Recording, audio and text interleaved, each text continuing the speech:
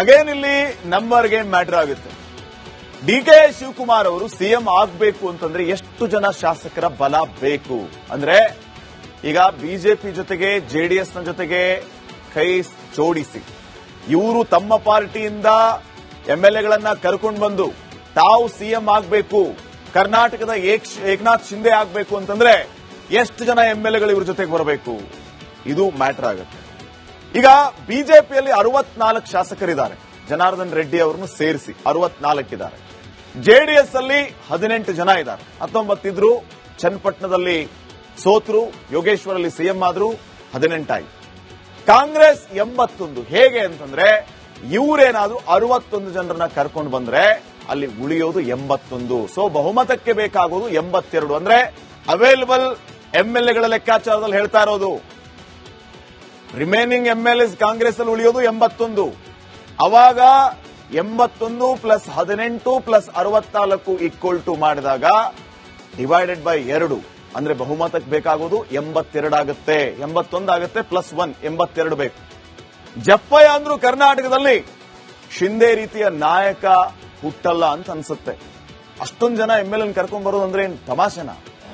BJP ಹತ್ರ ಇರೋದು 64, JDS ಹತ್ರ ಇರೋದು 18, ಬಹುಮತಕ್ಕೆ ಬೇಕಾಗೋದು 113. ಅಂದ್ರೆ ನಾನು ಟೋಟಲ್ ಲೆಕ್ಕಾಚಾರದಲ್ಲಿ ಹೇಳ್ತಾ ಇರೋದು. ಅದನ್ನ ನೋಡಿದ್ರೆ 31 ಜನ ಬೇಕಾಗ್ತಾರೆ ಎಂಎಲ್ಎಗಳು, 30ರಿಂದ 31. ಡಿಕೆಶಿ ಏಕನಾಥ್ ಶಿಂದೆ ರೀತಿ ಆಗ್ಬೇಕು ಅಂತಂದ್ರೆ ದಾರಿ ಬಹಳ ದೂರ ಇದೆ. ಬರೋಬ್ಬರಿ 61 ಶಾಸಕರಿಗೆ ಡಿಕೆಶಿ ರಾಜೀನಾಮೆಯನ್ನ ಕೊಡಿಸಬೇಕು. ಕೊಡಿಸ್ತಾರಾ ಅನ್ನುವಂತ ಪ್ರಶ್ನೆ ಇದೆ. ಬರೋಬ್ಬರಿ 61 ಶಾಸಕರು ರಾಜೀನಾಮೆಯನ್ನ ಕೊಟ್ರೆ ಸರ್ಕಾರ ರಚನೆ ಆಗುತ್ತೆ. ಆಗ ಕನಕಪುರದ ಬಂಡೆ ಮುಖ್ಯಮಂತ್ರಿ ಆಗ್ಬೋದು. ಮತ್ತೆ 6 ತಿಂಗಳಲ್ಲಿ ಗೆದ್ದು ಸಿಎಂ ಕುರ್ಚಿಯನ್ನ ಗಟ್ಟಿ ಮಾಡ್ಕೋಬಹುದು. ರಾಜೀನಾಮೆ ನೀಡಿದಂತಹ ಕ್ಷೇತ್ರಗಳಲ್ಲಿ ಉಪಚುನಾವಣೆ ಆಗುತ್ತೆ. ಆ ಉಪಚುನಾವಣೆಯ ಸಂದರ್ಭದಲ್ಲಿ 61 ಶಾಸಕರ ಪೈಕಿ 30 ಶಾಸಕರನ್ನ ಗೆಲ್ಲಿಸಲೇಬೇಕು ಮೆಜಾರಿಟಿಯನ್ನ ಕನ್ಫರ್ಮ್ ಮಾಡೋದಕ್ಕೆ. 30 ಶಾಸಕರು ಗೆದ್ರೆ ಮಾತ್ರನೇ ಡಿಕೆ ಶಿವಕುಮಾರ್ ಅವರ ಸರ್ಕಾರ ಸೇಫ್ ಆಗುತ್ತೆ. ಇಷ್ಟೊಂದು ಶಾಸಕರನ್ನ ಗೆಲ್ಲಿಸೋದಕ್ಕೆ ಹಣ ಹೊಂದಿಸೋದು ಯಾರು? ದುಡ್ಡು ಯಾರು ಕೊಡ್ತಾರೆ? ಡಿಕೆಶಿ ಇಷ್ಟು ದೊಡ್ಡ ರಿಸ್ಕ್ ಅನ್ನ ತೆಗೆದುಕೊಳ್ಳೋ ನಾಯಕ ಅಲ್ಲ. ಕಾಂಗ್ರೆಸ್ನ ಕಟ್ಟಾಳು ಅಂತ ಹೇಳಿ ಅಲ್ಲೇ ಇನ್ನಷ್ಟು ಹಗ್ಗ ಜಗ್ಗಾಟ ಮಾಡಿ ಕಾಂಗ್ರೆಸ್ನಲ್ಲೇ ಸಿಎಂ ಆಗುವ ಲೆಕ್ಕಾಚಾರಗಳಿದೆ, ಆಗಬಹುದು. ಇವರು ಪಾರ್ಟಿಯಿಂದ ಆಚೆ ಬಂದು ಬಿಜೆಪಿ ಅವ್ರನ್ನ ಸೇರಿಸಿಕೊಂಡು, ಜೆಡಿಎಸ್ ಅವ್ರನ್ನ ಸೇರಿಸಿಕೊಂಡು, ಈ ಕಡೆ ಕಾಂಗ್ರೆಸ್ನಿಂದ 61 ಎಂಎಲ್ಎಗಳನ್ನ ತಗೊಂಡ್ಬಂದು ಕುಮಾರಸ್ವಾಮಿ ಅವರು ಡಿಕೆ ಶಿವಕುಮಾರ್ ಸಿಎಂ ಆಗೋದಕ್ಕೆ ಒಪ್ಪಿಬಿಡ್ತಾರಾ? ಜೆಡಿಎಸ್ ಇವ್ರ ಜೊತೆಗೆ ಕೈ ಜೋಡಿಸಿ ಬಿಡುತ್ತಾ? ಇದು ಕೂಡ ಪ್ರಶ್ನೆ ಇದೆ.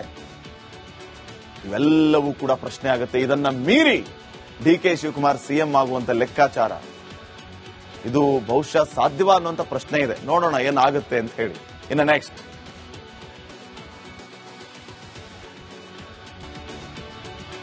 ಅಗೇನ್ ಇಲ್ಲಿ ನಂಬರ್ ಗೇಮ್ ಮ್ಯಾಟರ್ ಆಗುತ್ತೆ.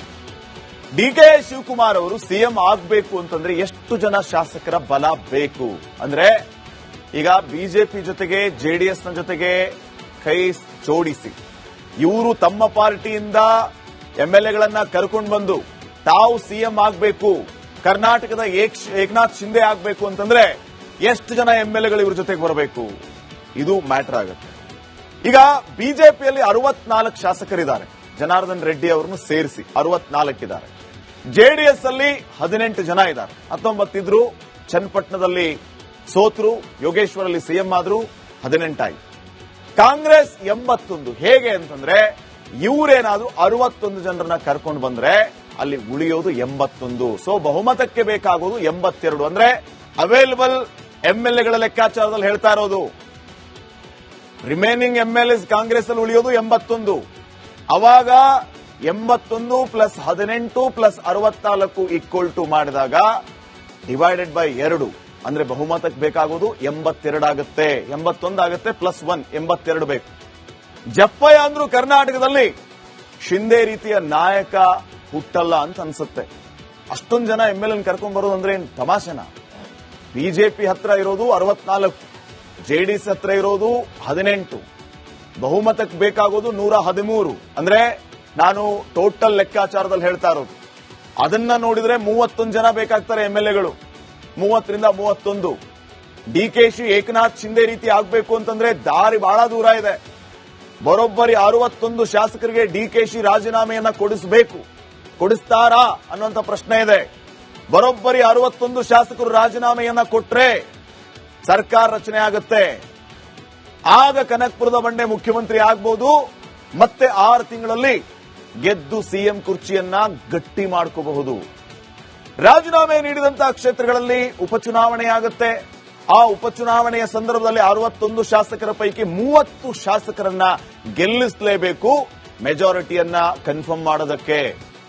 30 ಶಾಸಕರು ಗೆದ್ರೆ ಮಾತ್ರನೇ ಡಿಕೆ ಶಿವಕುಮಾರ್ ಅವರ ಸರ್ಕಾರ ಸೇಫ್ ಆಗುತ್ತೆ. ಇಷ್ಟೊಂದು ಶಾಸಕರನ್ನ ಗೆಲ್ಲಿಸೋದಕ್ಕೆ ಹಣ ಹೊಂದಿಸೋದು ಯಾರು? ದುಡ್ಡು ಯಾರು ಕೊಡ್ತಾರೆ? ಡಿಕೆಶಿ ಇಷ್ಟು ದೊಡ್ಡ ರಿಸ್ಕ್ ಅನ್ನ ತೆಗೆದುಕೊಳ್ಳೋ ನಾಯಕ ಅಲ್ಲ.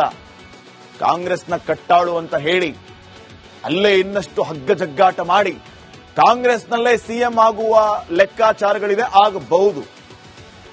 ಇವರು ಪಾರ್ಟಿಯಿಂದ ಆಚೆ ಬಂದು ಬಿಜೆಪಿ ಅವ್ರನ್ನ ಸೇರಿಸಿಕೊಂಡು ಜೆಡಿಎಸ್ ಅವ್ರನ್ನ ಸೇರಿಸಿಕೊಂಡು ಈ ಕಡೆ ಕಾಂಗ್ರೆಸ್ನಿಂದ 61 ಎಂಎಲ್ಎಗಳನ್ನ ತಗೊಂಡ್ಬಂದು ಕುಮಾರಸ್ವಾಮಿ ಅವರು ಡಿಕೆ ಶಿವಕುಮಾರ್ ಸಿಎಂ ಆಗೋದಕ್ಕೆ ಒಪ್ಪಿಬಿಡ್ತಾರಾ? ಜೆಡಿಎಸ್ ಇವ್ರ ಜೊತೆಗೆ ಕೈ ಜೋಡಿಸಿ ಬಿಡುತ್ತಾ? ಇದು ಕೂಡ ಪ್ರಶ್ನೆ ಇದೆ. ಇವೆಲ್ಲವೂ ಕೂಡ ಪ್ರಶ್ನೆ ಆಗುತ್ತೆ. ಇದನ್ನ ಮೀರಿ ಡಿಕೆ ಶಿವಕುಮಾರ್ ಸಿಎಂ ಆಗುವಂತ ಲೆಕ್ಕಾಚಾರ ಇದು ಬಹುಶಃ ಸಾಧ್ಯವಾ ಅನ್ನುವಂತ ಪ್ರಶ್ನೆ ಇದೆ. ನೋಡೋಣ ಏನಾಗುತ್ತೆ ಅಂತ ಹೇಳಿ. ಇನ್ನು ನೆಕ್ಸ್ಟ್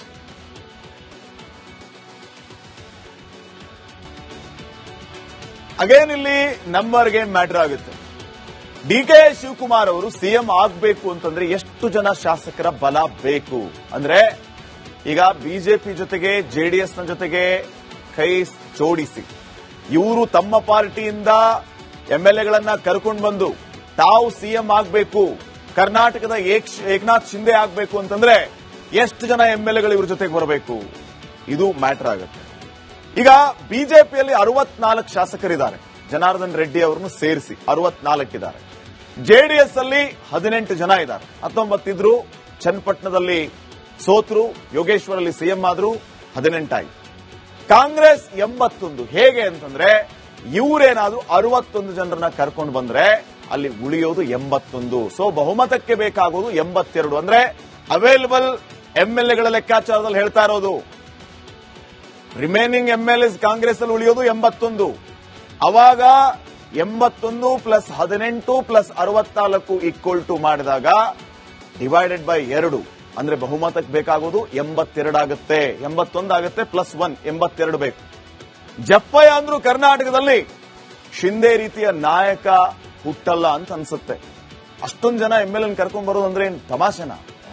ಬಿಜೆಪಿ ಹತ್ರ ಇರೋದು 64, ಜೆಡಿಎಸ್ ಹತ್ರ ಇರೋದು 18, ಬಹುಮತಕ್ಕೆ ಬೇಕಾಗೋದು 113. ಅಂದ್ರೆ ನಾನು ಟೋಟಲ್ ಲೆಕ್ಕಾಚಾರದಲ್ಲಿ ಹೇಳ್ತಾ ಇರೋದು. ಅದನ್ನ ನೋಡಿದ್ರೆ 31 ಜನ ಬೇಕಾಗ್ತಾರೆ ಎಂಎಲ್ಎಗಳು. 30ರಿಂದ 31.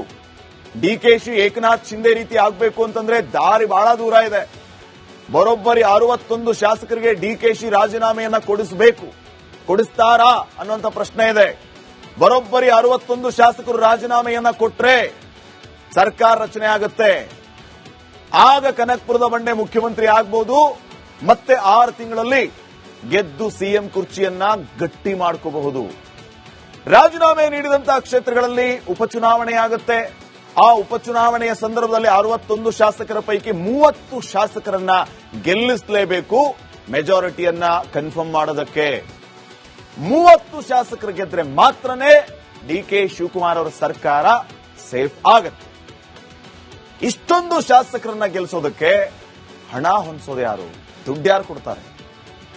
ಡಿಕೆಶಿ ಇಷ್ಟು ದೊಡ್ಡ ರಿಸ್ಕ್ ಅನ್ನ ತೆಗೆದುಕೊಳ್ಳೋ ನಾಯಕ ಅಲ್ಲ. ಕಾಂಗ್ರೆಸ್ನ ಕಟ್ಟಾಳು ಅಂತ ಹೇಳಿ ಅಲ್ಲೇ ಇನ್ನಷ್ಟು ಹಗ್ಗ ಜಗ್ಗಾಟ ಮಾಡಿ ಕಾಂಗ್ರೆಸ್ನಲ್ಲೇ ಸಿಎಂ ಆಗುವ ಲೆಕ್ಕಾಚಾರಗಳಿದೆ, ಆಗಬಹುದು. ಇವರು ಪಾರ್ಟಿಯಿಂದ ಆಚೆ ಬಂದು ಬಿಜೆಪಿ ಅವ್ರನ್ನ ಸೇರಿಸಿಕೊಂಡು ಜೆಡಿಎಸ್ ಅವ್ರನ್ನ ಸೇರಿಸಿಕೊಂಡು ಈ ಕಡೆ ಕಾಂಗ್ರೆಸ್ನಿಂದ 61 ಎಂಎಲ್ಎಗಳನ್ನ ತಗೊಂಡ್ಬಂದು ಕುಮಾರಸ್ವಾಮಿ ಅವರು ಡಿಕೆ ಶಿವಕುಮಾರ್ ಸಿಎಂ ಆಗೋದಕ್ಕೆ ಒಪ್ಪಿಬಿಡ್ತಾರಾ? ಜೆಡಿಎಸ್ ಇವ್ರ ಜೊತೆಗೆ ಕೈ ಜೋಡಿಸಿ ಬಿಡುತ್ತಾ? ಇದು ಕೂಡ ಪ್ರಶ್ನೆ ಇದೆ. ಇವೆಲ್ಲವೂ ಕೂಡ ಪ್ರಶ್ನೆ ಆಗುತ್ತೆ. ಇದನ್ನ ಮೀರಿ ಡಿಕೆ ಶಿವಕುಮಾರ್ ಸಿಎಂ ಆಗುವಂತ ಲೆಕ್ಕಾಚಾರ ಇದು ಬಹುಶಃ ಸಾಧ್ಯವಾ ಅನ್ನುವಂತ ಪ್ರಶ್ನೆ ಇದೆ. ನೋಡೋಣ ಏನಾಗುತ್ತೆ ಅಂತ ಹೇಳಿ. ಇನ್ನು ನೆಕ್ಸ್ಟ್